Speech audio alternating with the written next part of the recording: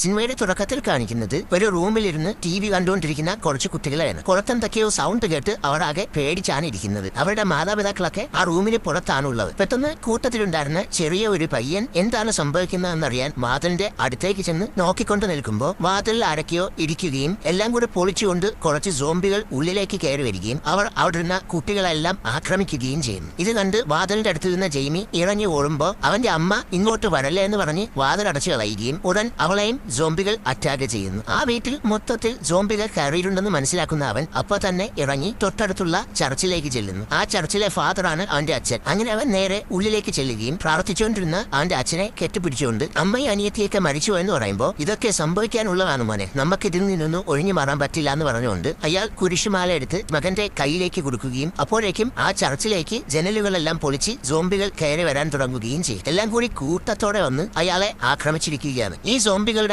ആക്രമണമേറ്റാൽ അപ്പോൾ തന്നെ അവരും സോംബികളായി മാറും. ഇതോടെ എല്ലാം കൂടെ അടുത്ത ആളുകളെ ആക്രമിക്കാനായി അവിടുന്ന് പോകുന്നു. ഇതെല്ലാം അറിഞ്ഞുകൊണ്ട് ഒരിടത്ത് ജെയ്മി ഒളിച്ചിരിക്കുകയും എല്ലാവരും അവിടുന്ന് പോയെന്ന് മനസ്സിലാക്കിയ ശേഷം അവൻ അവിടെ നിന്ന് ഇറങ്ങി ഓടി രക്ഷപ്പെടുകയും ചെയ്യും. അങ്ങനെ സോംബി വൈറസ് UK മുഴുവൻ പടർന്നു പിടിക്കുകയും അത് ലോകത്തിന്റെ പല ഭാഗത്തേക്ക് പടരുന്നതിൽ നിന്ന് തടയാൻ വേണ്ടി ഈ വൈറസ് പടർന്ന മെയിൻലാൻഡ് മുഴുവൻ അവർ ക്വാറന്റൈൻ ചെയ്തു. അവിടെ നിന്ന് സോംബികൾക്കോ രക്ഷപ്പെട്ടവർക്കോ പുറത്തു കടക്കാനോ മറ്റുള്ളവർക്ക് അകത്തേക്ക് കടക്കാനോ കഴിയില്ല. പിന്നീട് കാണിക്കുന്നത് 28 വർഷങ്ങൾക്ക് ശേഷമാണ്. ക്വാറന്റൈൻ ചെയ്ത മെയിൻലാൻഡ് എന്ന് പറയുന്ന സ്ഥലത്തേക്ക് ആർക്കും പ്രവേശനമില്ല. അവിടെ ഒറ്റപ്പെട്ടിരിക്കുകയാണ്. സോംബി ആവാതെ അതിജീവിച്ചവർക്കും അവിടെ നിന്ന് പുറത്തേക്ക് കടക്കാൻ കഴിയില്ല. അതുകൊണ്ട് തന്നെ അവർ ആ ലാൻഡിനോട് ചേർന്നുള്ള ഒരു ചെറിയ ദ്വീപിലാണ് താമസിക്കുന്നത്. മെയിൻലാൻഡിൽ നിന്ന് സോംബികൾക്കൊന്നും അങ്ങോട്ട് കടക്കാൻ പറ്റാത്ത തരത്തിൽ അവർ സുരക്ഷയും ഒരുക്കിയിട്ടുണ്ട്. അവിടെയുള്ള വൈറസിൽ നിന്ന് അതിജീവിച്ച ആളുകൾ തങ്ങളുടേതായ ജോലിയൊക്കെ ചെയ്ത് അവിടെ തന്നെ ജീവിക്കുകയാണ്. അവർക്ക് പുറം ലോകവുമായി ബന്ധപ്പെടാൻ കഴിയത്തേയില്ല. അവിടെ പ്രധാന കഥാപാത്രമായ ജെയ്മി ആഹാരം ഉണ്ടാക്കിക്കൊണ്ട് നിൽക്കുകയും ഇതിനിടെ അവന്റെ മകനായ സ്പൈക്ക് അവിടേക്ക് വന്ന് അവർ ഒരുമിച്ചിരുന്ന് ആഹാരം കഴിക്കുന്നു. ഇതിനിടെ മുകളിൽ അവന്റെ മമ്മി ബഹളമുണ്ടാക്കുകയും അങ്ങനെ അവളെ നോക്കാനായി ജെയ്മി അവിടേക്ക് കയറി ചെല്ലുകയും ചെയ്യും. യഥാർത്ഥത്തിൽ അവൾക്ക് എന്തൊക്കെയോ പ്രശ്നങ്ങളുണ്ട്. പരിസരബോധമില്ലാതെ ഇടയ്ക്കിടയ്ക്ക് പെരുമാറുകയും തലയ്ക്കൊക്കെ എപ്പോഴും വേദന അനുഭവപ്പെടുകയും ചെയ്യും. എന്നാൽ അതൊന്നും ചികിത്സിച്ച് ഭേദമാക്കാൻ അവർ നിൽക്കുന്ന സ്ഥലത്ത് ഡോക്ടർമാരാരുമില്ല. ഇന്ന് ഞാനും സ്പൈക്കും കൂടി മെയിൻലാൻഡിലേക്ക് പോവുകയാണെന്ന് പറയുമ്പോൾ അവനിപ്പോ കൊച്ചുകുട്ടിയാണ്, അവരെ അങ്ങോട്ട് കൊണ്ടുകൊണ്ട അവിടെ മൊത്തം സോംബികൾ ഉള്ളതാണ്, എന്റെ മോന് വല്ലതും പറ്റുമെന്നൊക്കെ പറഞ്ഞ് അവർ ബഹളം വയ്ക്കുകയും അവരുടെ അസുഖം കൂടുകയും ചെയ്യും. എന്നാൽ ഒരിടം എങ്ങനെയെങ്കിലും സ്പൈക്ക് അവളെ സമാധാനിപ്പിക്കുകയും കുഴപ്പമൊന്നുമില്ലെന്ന് പറഞ്ഞ് അവിടെ കിടത്തി എല്ലാം ക്ലിയർ ആക്കിയ ശേഷം അവൻ അച്ഛനോടൊപ്പം പോകാൻ തയ്യാറായി താഴേക്ക് വരുമ്പോൾ അവന്റെ അങ്കിൾ ഒരു വില്ല് അവന് കൊടുക്കുകയും അങ്ങനെ അതൊക്കെ വാങ്ങി ക്ലിയർ ആയ ശേഷം അവൻ അച്ഛനോടൊപ്പം മെയിൻലാൻഡിലേക്ക് പോകാൻ തയ്യാറാവും. എല്ലാവരും അവന് ആശംസകൾ അറിയിക്കുന്നുണ്ട്. സംഭവം എന്താണെന്ന് വെച്ചാൽ ഈ ദ്വീപിൽ താമസിക്കുന്നവരെല്ലാം ഒരു പ്രായമാവുമ്പോൾ മെയിൻലാൻഡിലേക്ക് പോയി അവിടെയുള്ള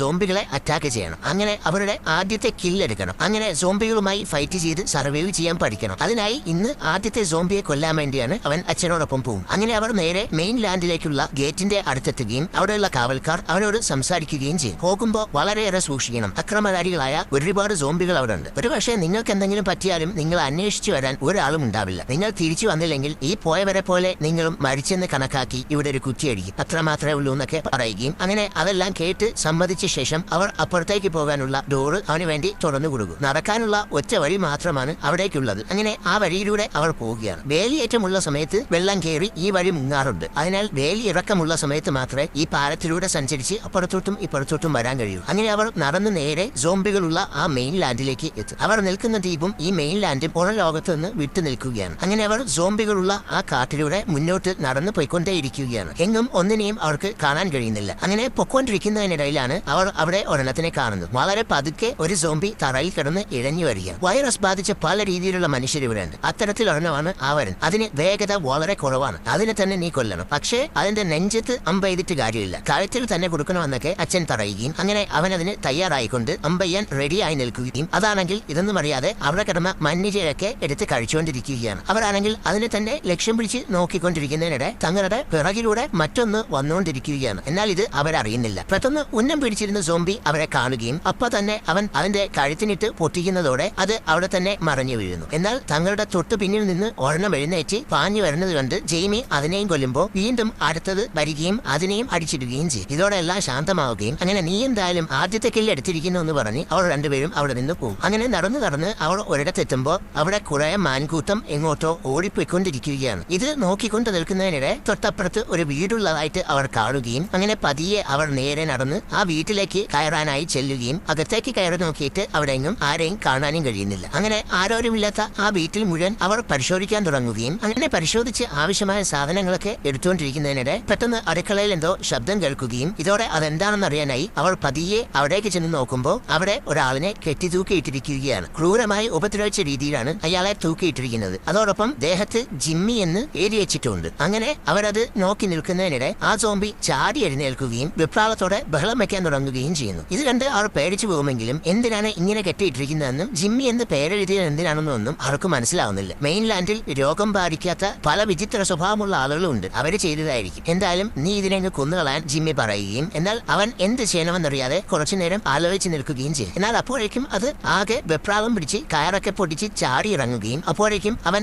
അമ്പ് തൊടുത്തു വിട്ട് കറക്റ്റായി അതിനെ കൊന്നുകളയുകയും ചെയ്യും. അതെന്തായാലും കലക്കിയെന്ന് പറഞ്ഞുകൊണ്ട് അച്ഛൻ അവിടെ നിന്ന് ഇറങ്ങിപ്പോയിരിക്കുകയാണ്. ഇതോടെ അവനും ജിമ്മിയുടെ പിന്നാലെ പോകും. ഈ സമയം അവരുടെ ആ ചെറിയ ദ്വീപിലാണെങ്കിൽ കുട്ടികളെയൊക്കെ അമ്പെയ്യാനും മറ്റും പഠിപ്പിച്ചുകൊണ്ടിരിക്കുകയാണ്. ആ സോംബികളെ എങ്ങനെ അറ്റാക്ക് ചെയ്യണമെന്ന് കുട്ടിക്കാലം മുതൽ അവരെ പഠിപ്പിച്ചുകൊണ്ടിരിക്കുന്നു. അതോടൊപ്പം പുറം ലോകത്ത് എന്തൊക്കെ സംഭവങ്ങളാണ് ഉള്ളതെന്ന് കുട്ടിക്കാലം മുതൽ തന്നെ അവർക്ക് മനസ്സിലാക്കി കൊടുക്കുന്നുണ്ട്. ഈ സമയം നടന്നു വന്നുകൊണ്ടിരുന്ന ജിമ്മിയും സ്പൈക്കും നോക്കുമ്പോൾ അവിടെ ഒരു ജീവിയെ പീസാക്കി ഇട്ടിരിക്കുകയാണ്. ഇത് സോംബികൾ ചെയ്യുന്ന പണിയാണെന്നൊക്കെ ജിമ്മി പറഞ്ഞുകൊണ്ടിരിക്കുമ്പോൾ സ്പൈക്ക് മുന്നോട്ട് നടക്കുകയും ഇതിനിടെ തല ഒരു മരത്തിന് മുകളിൽ കുത്തിവെച്ചിരിക്കുന്നതായി കാണുകയും ചെയ്യും. ഈ കാഴ്ച ജിമ്മിയും അവിടേക്ക് വന്ന് കാണുകയും ഈ രീതിയിൽ കൊല്ലുന്നത് ആൽഫ എന്ന് പറയുന്ന സോംബികളാണെന്ന് അവൻ പറയുകയും ചെയ്യും. ശേഷം അവർ അവിടെ നിന്ന് പോവുകയും എത്രയും വേഗം ഇവിടെ നിന്ന് പോകുന്നതാണ് നല്ലത്. ആൽഫ ഇവിടെ എവിടെയെങ്കിലുമൊക്കെ കാണാൻ ചാൻസ് ഉണ്ടെന്ന് പറഞ്ഞ് അവർ എങ്ങനെയെങ്കിലും അവിടെ നിന്ന് തിരിച്ച് തങ്ങളുടെ ദ്വീപിലേക്ക് പോകാൻ ശ്രമിക്കുന്നതിനിടെ ആ കാഴ്ച കാണുന്നു. ദൂരെ നിന്ന് ഒരു ആൽഫ സോംബി വരികയാണ്. അതിനോടൊപ്പം വേറെയും കുറെ ആൽഫ സോംബികളുണ്ട്. ഈ സാധനങ്ങൾ പണിയാണ്. പെട്ടെന്ന് ഓടി കാട്ടിലേക്ക് കയറിക്കോന്ന് പറഞ്ഞ് അവർ അവിടെ നിന്ന് രക്ഷപ്പെടാൻ ശ്രമിക്കുകയും എന്നാൽ ആ സോംബികൾ അവരെ കാണുകയും ഇതോടെ അവറ്റകളെല്ലാം കൂടി അവരുടെ നേർക്ക് പാഞ്ഞു വരികയും ചെയ്യും. ഇവറ്റകളെല്ലാം ശക്തിയുള്ള ഭീകരന്മാരായ സോംബികളാണ്. ജിമ്മിയും സ്പൈക്കും കൂടി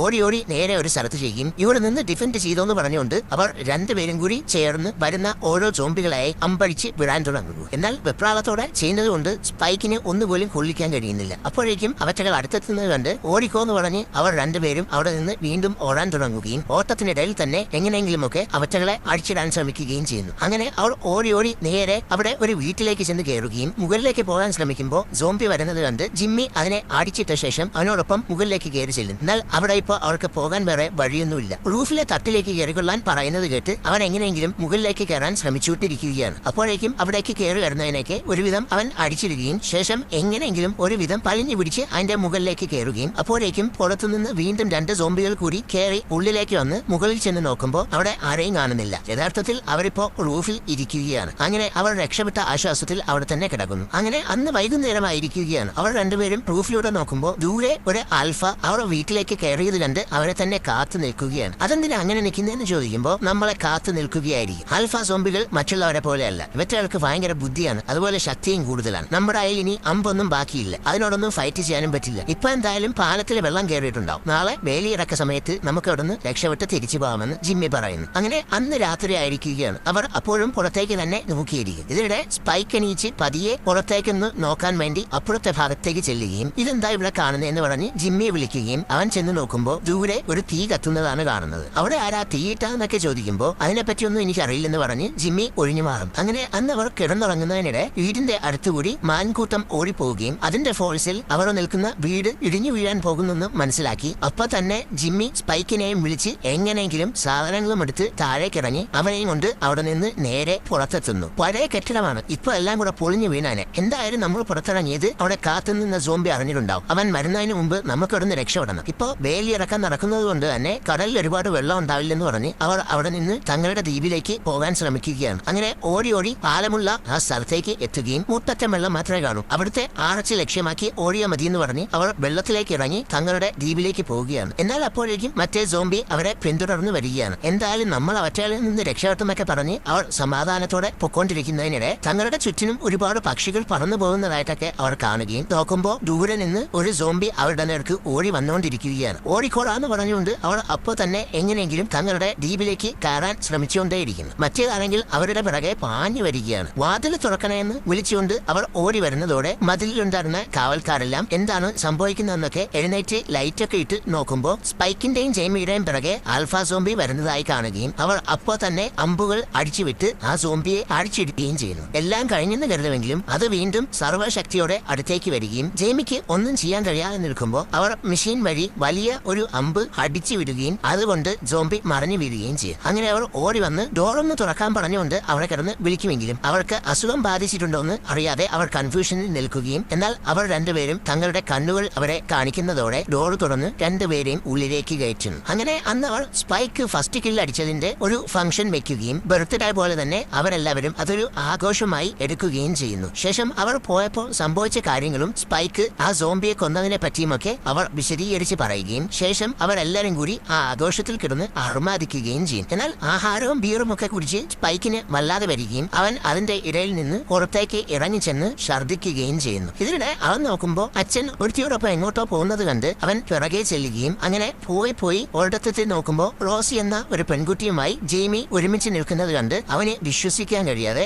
അവിടെ നിന്ന് ഓടിപ്പോയി കളയുകയും നേരെ വീട്ടിലേക്ക് ചെല്ലുമ്പോൾ അവിടെ അങ്കിൾ ഇരിക്കുകയാണ്. അങ്ങനെ അവൻ അവിടെ ഇരുന്ന് അങ്കിളിനോട് സംസാരിക്കാൻ തുടങ്ങും. ഇന്ന് ഒരുപാട് സോംബികളെ എനിക്ക് കൊല്ലാൻ പറ്റില്ല, പതുക്കെ വന്ന ഒരെണ്ണത്തിന് മാത്രമേ ഞാൻ കൊന്നുള്ളൂ എന്നൊക്കെ അവൻ പറയുമ്പോൾ അതൊന്നും കുഴപ്പമില്ല, ഒരെണ്ണത്തിനെങ്കിലും നീ കൊന്നല്ലോ എന്നൊക്കെ അങ്കിൾ പറയുന്നു. നമ്മളെ ഒരുപാട് സോംബികൾ ഓടിച്ചായിരുന്നു, അതിൽ നിന്നൊക്കെ രക്ഷപ്പെട്ട് ഒരു വീട്ടിൽ ഒളിച്ചിരുന്നു. പക്ഷെ അവിടെ ഇരുന്നപ്പോ ദൂരെ ഒരു തീ കത്തുന്നതായിട്ട് കണ്ടു. അതെന്താണെന്ന് അങ്കിളിന് അറിയാമോ എന്ന് ചോദിക്കുമ്പോൾ അപ്പൊ നിങ്ങൾ കെൽസനെ കണ്ടല്ലേ, അവനിപ്പോഴും ജീവിച്ചിരിപ്പുണ്ടോ എന്നൊക്കെ പറഞ്ഞ് അയാൾ അവിടെ നിന്ന് മാറും. അത് ആരാണെന്നൊക്കെ അവൻ ചോദിക്കുമ്പോൾ പണ്ട് 30 വർഷം മുമ്പ് എന്നെ പരിശോധിച്ചുകൊണ്ടിരുന്ന ഒരു ഡോക്ടറാണ്, അവൻ ഇവിടേക്ക് വരാതെ അവിടെ തന്നെയാണ് ജീവിക്കുന്നതെന്ന് പറയുമ്പോൾ ഒരു ഡോക്ടർ നമ്മളോടൊപ്പം ഉണ്ടെങ്കിൽ മമ്മിയെ ചികിത്സിക്കാൻ പറ്റില്ലേ, പക്ഷേ ഡോക്ടറൊക്കെ മരിച്ചു പോയെന്നാണല്ലോ എന്റെ ഡാഡിയൊക്കെ പറഞ്ഞെന്ന് ചോദിക്കുമ്പോൾ പക്ഷെ നീ വിചാരിക്കുന്നത് പോലത്തെ ഒരാളല്ല കെൽസൻ, അയാൾ കുറച്ച് വ്യത്യസ്തനായ മനുഷ്യനാണ്, അയാളെ പറ്റി കൂടുതലൊന്നും നിന്നോട് എനിക്ക് പറയാൻ കഴിയില്ലെന്നൊക്കെ പറഞ്ഞ ശേഷം അങ്കിൾ അവിടെ നിന്ന് പൊക്കളയുന്നു. അങ്ങനെ അടുത്ത ദിവസം രാവിലെ ആയിരിക്കുകയാണ്. ജിമ്മി നേരെ കയറി വന്ന് സ്പൈക്കിന്റെയും ഭാര്യയുടെയും കൂടെ കിടക്കുകയും നിങ്ങൾ ഇന്നലെ എവിടെയായിരുന്നു എന്ന് ചോദിക്കുമ്പോൾ കുറെ വെള്ളം അടിച്ചിട്ട് ബോധമില്ലാതെ എവിടേക്കോ കിടന്നെന്ന് അയാൾ പറയുന്നു. എന്നാൽ ഇന്നലെ കണ്ട കാര്യങ്ങളൊക്കെ ഓർത്ത് സ്പൈക്ക് അവിടെ നിന്ന് എഴുന്നേറ്റ് പോയിരിക്കുകയാണ്. ഡാഡി അവന്റെ മമ്മിയെ ചതിക്കുകയാണെന്ന് പറഞ്ഞ് അവന് വിഷമം സഹിക്കാൻ കഴിയുന്നില്ല. അങ്ങനെ അന്ന്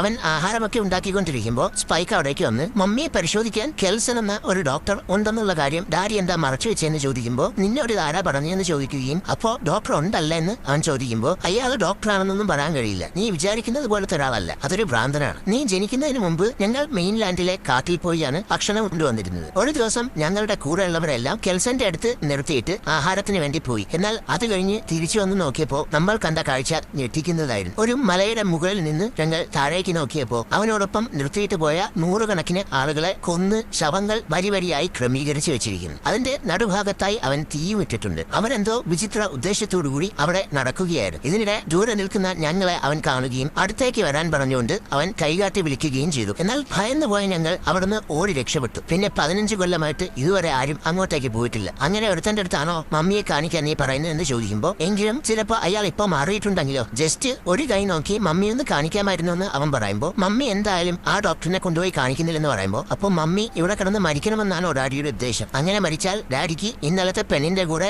സുഖമായിട്ട് ജീവിക്കാമല്ലോ എന്ന് പറയുമ്പോൾ അവൻ ഒറ്റ അടി വെച്ചു കൊടുക്കുകയും ഇതോടെ മല്ലാതെ ആയിക്കൊണ്ട് സ്പൈക്ക് അവിടെ നിന്ന് ഇറങ്ങി പോവുകയും ജിമ്മി എന്ത് ചെയ്യണമെന്നറിയാതെ നിൽക്കുകയും ചെയ്യും. അങ്ങനെ അന്ന് അവൻ നേരെ അവിടുത്തെ സാധനങ്ങൾ വെച്ചിരിക്കുന്ന ഷെഡിലേക്ക് ചെന്ന് അതിന് തീയിടുകയും ശേഷം ഓടി വാതിലിന്റെ കാവൽക്കാരുടെ അടുത്ത് നിന്ന് അവിടെ തീപിടുത്തമുണ്ടായി എന്തെങ്കിലും ചെയ്യാനൊക്കെ വിളിച്ചു പറയുന്നു. അവർ നോക്കുമ്പോൾ ഷെഡ് കത്തിക്കൊണ്ടിരിക്കുകയാണ്. ഇവിടുത്തെ കാവൽ ഞാൻ നോക്കിക്കോളാം, നിങ്ങൾ എല്ലാവരും ചെന്ന് പെട്ടെന്ന് ആ തീ അണയ്ക്കാൻ നോക്കാനൊക്കെ അവൻ പറയുകയും ശരി എങ്കിൽ നല്ലപോലെ നോക്കിക്കോളാം, നല്ലവൻ ഇവിടേക്ക് വന്ന് അറിയിക്കണമെന്നൊക്കെ പറഞ്ഞ് അവൾ അവിടെ നിന്ന് പോവുകയും അങ്ങനെ അവരെല്ലാവരും ചെന്ന് തീ അണയ്ക്കാൻ തുടങ്ങുകയും ചെയ്യുന്നു. ഇതോടെ വാതിലിന്റെ അടുത്ത് നിന്ന് എല്ലാവരും പോയെന്ന് മനസ്സിലാവുന്നതോടെ അവനവിടെ മാറ്റിയിരുത്തിയിരുന്ന അമ്മയുടെ അടുത്ത് നിന്ന് നമുക്കൊരു സ്ഥലം വരെ പോകാനുണ്ട്, ഇപ്പൊ അതിനുള്ള സമയമായെന്ന് പറഞ്ഞ് അമ്മയെയും കൊണ്ട് നേരെ അവിടെ നിന്നിറങ്ങി മെയിൻലാൻഡിലേക്ക് പോകും. എങ്ങനെയെങ്കിലും മറ്റേ ഡോക്ടറിനെ കൊണ്ട് അമ്മയെ കാണിച്ച് അസുഖം ശരിയാക്കാൻ പറ്റുമോ എന്നറിയാനാണ് അവൻ പോകുന്നത്. ഏറ്റവും മുകളിൽ ചെല്ലുമ്പോ ഇത് മെയിൻലാൻഡ് അല്ലേ, നമ്മൾ എന്തിട്ടാ ഇവിടെ വന്ന്, ഇവിടെ ഒരുപാട് അപകടമുണ്ട്, നിന്റെ ഡാഡി എവിടെ, എനിക്ക് തിരിച്ചു പോകണമെന്നൊക്കെ പറഞ്ഞ് അവർ ഭ്രാന്ത് പിടിച്ച് സംസാരിക്കുകയും നമുക്ക് തിരിച്ചു പോകാൻ പറ്റില്ല മമ്മി, വഴിയൊക്കെ ഇപ്പൊ വെള്ളം കയറി അറിഞ്ഞിട്ടുണ്ടാവും, നമുക്ക് എങ്ങനെയെങ്കിലും ഡോക്ടറെ കണ്ടെത്തിയേ പറ്റുള്ളൂ എന്നൊക്കെ പറഞ്ഞുകൊണ്ടിരിക്കുമ്പോൾ അമ്മയുടെ മൂക്കിൽ നിന്ന് ബ്ലഡ് വന്നുകൊണ്ടിരിക്കുകയാണ്. മമ്മിയുടെ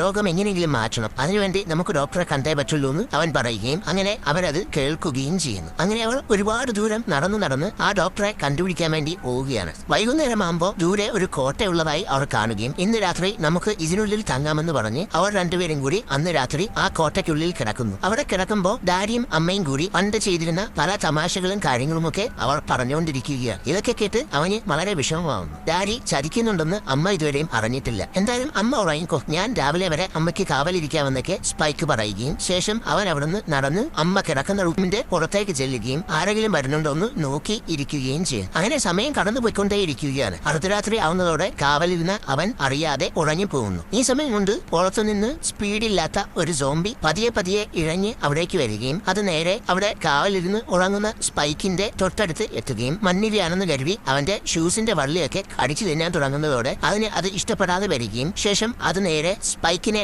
ആക്രമിക്കാനായി അവന്റെ അടുത്തേക്ക് തിരിയുമ്പോഴേക്കും അതിനെ ആരോ ആക്രമിക്കുന്നു. രാവിലെ ഞെട്ടി എഴുന്നേറ്റ് നോക്കുമ്പോൾ അത് ചത്തു കിടക്കുകയാണ്. ഇതെന്താ സംഭവിച്ചെന്നൊക്കെ പറഞ്ഞ് അവൻ ഞെട്ടി എഴുന്നേക്കുമ്പോൾ എനിക്കറിയില്ലെന്നൊക്കെ അമ്മ പറയുന്നു. എങ്കിൽ നമുക്ക് പെട്ടെന്ന് ഇവിടെ നിന്ന് പൊക്കളയാമെന്ന് പറഞ്ഞ് അവൾ പോകുമ്പോൾ അമ്മ ആ ജീവിയെ തന്നെ നോക്കുകയാണ്. യഥാർത്ഥത്തിൽ ഇന്നലെ രാത്രി മകനെ ആക്രമിക്കാൻ പോയ ആ ജീവിയെ പിടിച്ച് അടിച്ച് കൊന്നത് അമ്മ തന്നെയായിരുന്നു. അവരത് അവനോട് പറഞ്ഞിട്ടില്ല. അങ്ങനെ അവർ വീണ്ടും അവിടെ നിന്ന് ദൂരേക്ക് നടന്നു പോവുകയാണ്.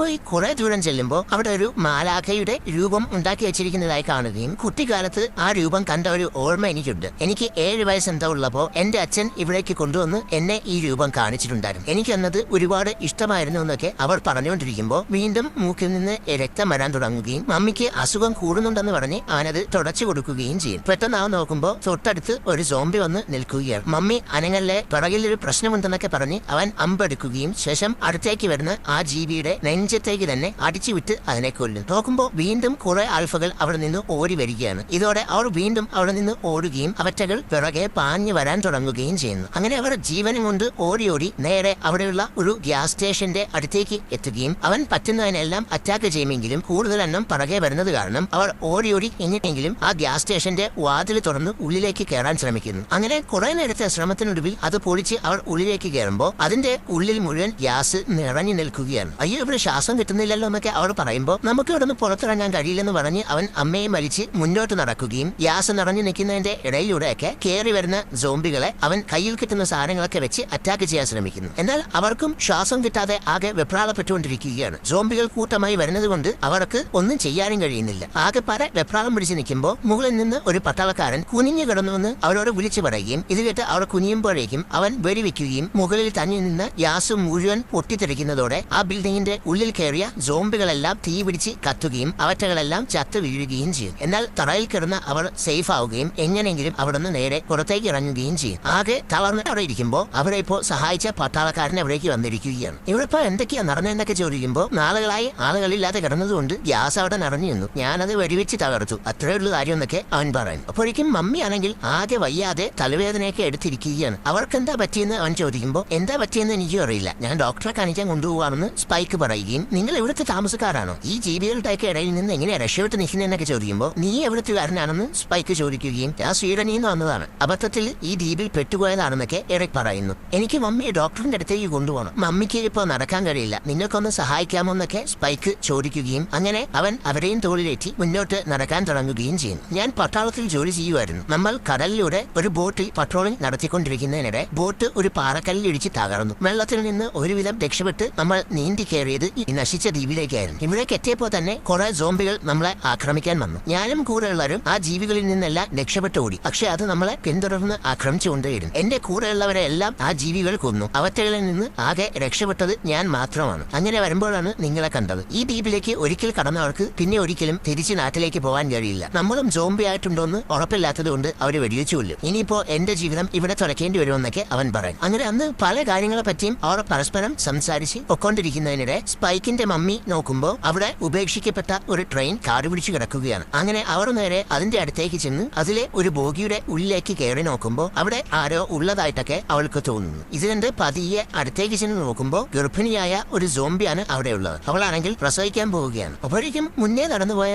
അമ്മയെ കാണാതെ സ്പൈക്കും എറിക്കും കൂടി വേഗത്തിൽ ഓടി വരികയും അവർ ആ ശബ്ദം കേൾക്കുന്ന ട്രെയിനിന്റെ അടുത്തേക്ക് ചെന്ന് ഉള്ളിലേക്ക് കയറി ചെല്ലുമ്പോൾ മമ്മി ആ സോംബിയെ അടക്കി നിർത്തിയിരിക്കുകയാണ്. അതാണെങ്കിൽ വേദന കാരണം മമ്മിയുടെ കയ്യിൽ പിടിച്ച് അവരുടെ സപ്പോർട്ടോടുകൂടി പതിയെ പ്രസവിക്കാൻ തുടങ്ങുകയും കുഞ്ഞിനെ പ്രസവിച്ചിട്ട ശേഷം ആ സോംബി തളർന്ന് അവിടെ കിടക്കുമ്പോഴേക്കും മമ്മി കുഞ്ഞിന് വേണ്ട ശുശ്രൂഷകളൊക്കെ കൊടുത്തുകൊണ്ടിരിക്കുകയും ചെയ്യും. ഇതിന്റെയൊക്കെ പ്രസവം എടുക്കാൻ നിനക്കൊക്കെ ഭ്രാന്താണെന്നൊക്കെ എറിക്ക് പറഞ്ഞുകൊണ്ടിരിക്കുകയാണ്. എന്നാൽ അവർ നോക്കുമ്പോൾ കുഞ്ഞിനെ വൈറസ് ബാധിച്ചിട്ടില്ല, അത് നല്ല ആരോഗ്യത്തോടെ ഇരിക്കുന്നു. അപ്പോഴേക്കും ആ സോംബി ഭ്രാന്ത് പിടിച്ച് ചാടി വരികയും എറിക്ക് അതിനെ വെടിവെച്ചങ്ങ് കൊന്നു കളയുകയും ചെയ്യും. ആ കുഞ്ഞിനെ താഴേക്ക് ഇതിനെ പോലെ തന്നെ അതും പനിയായിരിക്കും, ചിലപ്പോൾ നമുക്ക് കൂടി വൈറസ് ബാധിക്കും, അതിനെ കൊന്നേ പറ്റുള്ളൂ എന്നൊക്കെ പറയുമ്പോൾ അതിനൊന്നും പറ്റിയിട്ടില്ല, ആ കുഞ്ഞിനൊന്നും ചെയ്യരുതെന്നൊക്കെ പറയുമ്പോൾ പറ്റില്ല, ആ കുഞ്ഞ് നമ്മൾ എല്ലാവരും നശിപ്പിക്കും, അതിനെ താഴെ വെക്കുക, അതിനെ കൊന്നേ പറ്റുള്ളൂ എന്നൊക്കെ അവൻ പറഞ്ഞുകൊണ്ട് നിൽക്കുന്നതിനിടെ മുകളിൽ നിന്ന് ഒരു ആൽഫ അവനെ പിടികൂടുകയും തൂക്കിയെടുത്തുകൊണ്ട് പോവുകയും ചെയ്യും. എന്താണ് സംഭവിക്കുന്നതെന്ന് മനസ്സിലാവാതെ അവിടെ നിൽക്കുമ്പോൾ മുകളിൽ നിന്ന് ഒരു ആൽഫ സോംബി എറിക്കിന്റെ തലയുമായി താഴേക്ക് എത്തിയിരിക്കുകയാണ്. ഇത് കണ്ട് അവർ പേടിച്ച് അവിടുന്ന് ഓടാൻ ശ്രമിക്കുകയും ആ സോംബി അടുത്തേക്ക് വരുന്നത് കണ്ട് അവനൊരു അമ്പ് അതിന്റെ ദേഹത്തേക്ക് വിടുകയും ചെയ്യും. അപ്പോഴാണ് അവിടെ മരിച്ചു കിടക്കുന്ന മറ്റേ സോംബിയെ അത് കാണുന്നത്. ഈ സമയം കൊണ്ട് മറ്റവർ അവിടുന്ന് രക്ഷപ്പെടാൻ ശ്രമിച്ചുകൊണ്ടിരിക്കുകയാണ്. എന്നാൽ കൂടെയുള്ള ഒരെണ്ണം മരിച്ചു കിടക്കുന്നത് കണ്ട്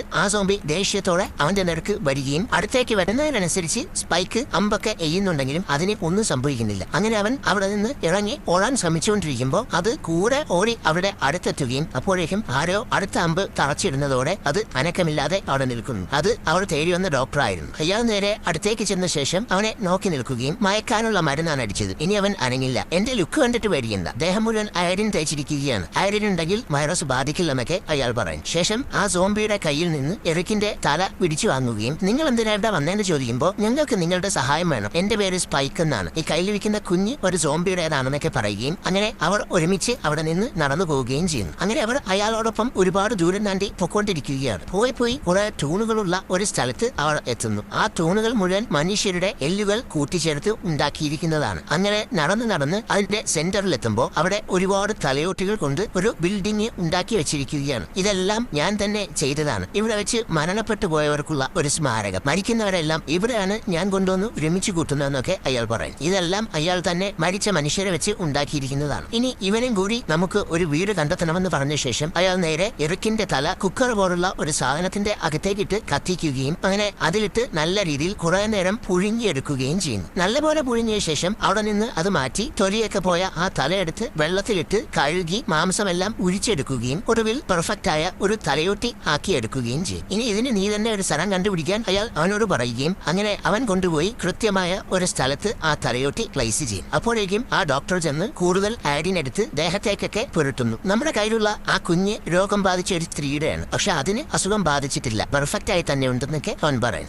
അത് സംഭവിക്കാൻ ചാൻസ് ഉണ്ടെന്ന് എനിക്ക് തോന്നിയിരുന്നു, പക്ഷേ കുഞ്ഞിനെ ജീവിപ്പിക്കണമെങ്കിൽ പാല് വേണം, കുറച്ചു ദിവസമൊക്കെ വെള്ളം കൊടുത്ത് പിടിച്ചു നിർത്താം, അതിനപ്പുറത്തേക്ക് പറ്റില്ല. നിങ്ങൾ ആ കുഞ്ഞിനെ കാണിക്കാനാണോ എന്റെ അടുത്തേക്ക് വന്നതെന്ന് ചോദിക്കുമ്പോൾ അല്ല, എന്റെ മമ്മിക്ക് വേണ്ടിയാണെന്ന് അവൻ പറയും. അങ്ങനെ അന്ന് രാത്രി ആവുമ്പോൾ മമ്മിയുടെ അസുഖം എന്താണെന്ന് അയാൾ പരിശോധിച്ചുകൊണ്ടിരിക്കുകയാണ്. കുറെ നേരം പരിശോധിച്ച ശേഷം അവളുടെ അസുഖത്തെ പറ്റി അവൾ അവിടെ നിന്ന് സംസാരിക്കുകയാണ്. ഞാൻ ഇതുവരെ പരിശോധിച്ചത് വെച്ചിട്ട് നിനക്ക് ക്യാൻസർ ആണെന്നാണ് തോന്നുന്നത്, അതിന്റെ തീവ്രത എത്രത്തോളമാണെന്നും മറ്റുമൊക്കെ അറിയണമെങ്കിൽ സ്കാനിംഗ് ഒക്കെ ചെയ്യേണ്ടി വരും, അതെന്തായാലും ഇപ്പൊ നടപ്പില്ല. എങ്കിലും തലച്ചോറിൽ നിന്ന് ശരീരത്തിലേക്ക് എങ്ങനെ അത് വ്യാപിച്ചിട്ടുണ്ടെന്നാണ് എനിക്ക് തോന്നുന്നത്. ഇപ്പോഴത്തെ സിറ്റുവേഷനിൽ നിന്നെ ഇനി ഇതിൽ നിന്ന് രക്ഷപ്പെടുത്താൻ പറ്റുമെന്ന് എനിക്ക് തോന്നുന്നില്ല എന്നൊക്കെ അയാൾ പറയും. അപ്പൊ നിങ്ങൾ പറയുന്നത് എന്റെ മമ്മിയുടെ രോഗം മാറ്റാൻ പറ്റില്ലെന്നാണോ എന്ന് സ്പൈക്ക് ചോദിക്കുമ്പോൾ അതെ, ഇനി നിന്റെ മമ്മിയെ രക്ഷപ്പെടുത്താൻ പറ്റില്ല, വളരെ വിഷമത്തോടെ തന്നെ പറയട്ടെ, അധികം വൈകാതെ തന്നെ മമ്മി ഈ ലോകത്ത് നിന്ന് വിട്ടുപോകുമെന്ന് ഡോക്ടർ പറയുന്നു. ഇത് കേട്ട് സ്പൈക്കിനാകെ വിഷമമാവുകയും അമ്മയെ രക്ഷിക്കാൻ എന്തെങ്കിലും വരേണ്ടോ ഡോക്ടർ, എവിടെയെങ്കിലും അതിനുള്ള മരുന്ന് കിട്ടുമെങ്കിൽ ഞാൻ എവിടെ വേണമെങ്കിലും പോയി ഒപ്പിക്കാമെന്നൊക്കെ പറയുമ്പോൾ അമ്മ അവനെ ആശ്വസിപ്പിക്കുകയും ചെയ്യുന്നു. ഡോക്ടർക്ക് ഇനി എന്റെ രോഗം മാറ്റാൻ കഴിയില്ല, പക്ഷേ വേദനയില്ലാതെ മരിക്കാൻ എന്നെ സഹായിക്കാൻ പറ്റുമെന്നൊക്കെ മമ്മി പറയുകയും ഇതോടെ ഡോക്ടർ മറ്റേ മയക്കുന്ന വെടിയെടുത്ത് ലോഡ് ചെയ്ത ശേഷം മമ്മിയുടെ അനുവാദത്തോടുകൂടി തന്നെ സ്പൈക്കിന്റെ ദേഹത്തേക്ക് അടിച്ചു വിടുകയും ഇതോടെ അവൻ മയങ്ങുകയും ചെയ്യുന്നു. ശേഷം